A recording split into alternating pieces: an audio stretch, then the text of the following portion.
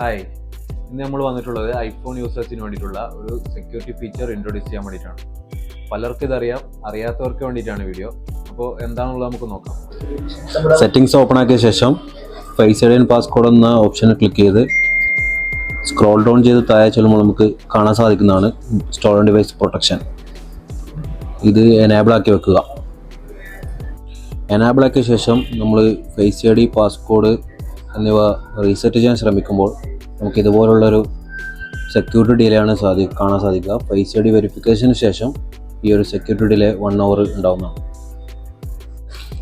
Security delay complete ആയതിനു ശേഷം നമുക്ക് ഫേസ് ഐ ഡി പാസ്കോഡ്, ഐക്ലൗഡിൻ്റെ പാസ്വേഡ് എന്നിവ നമുക്ക് റീസെറ്റ് ചെയ്യാൻ സാധിക്കുന്നതാണ്.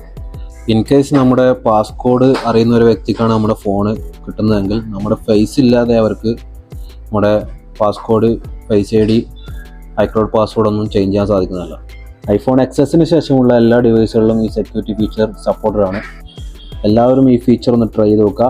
കൂടുതൽ ഇൻഫോർമേറ്റീവ് വീഡിയോസിന് വേണ്ടി പേജ് ഒന്ന് ഫോളോ ചെയ്യാം.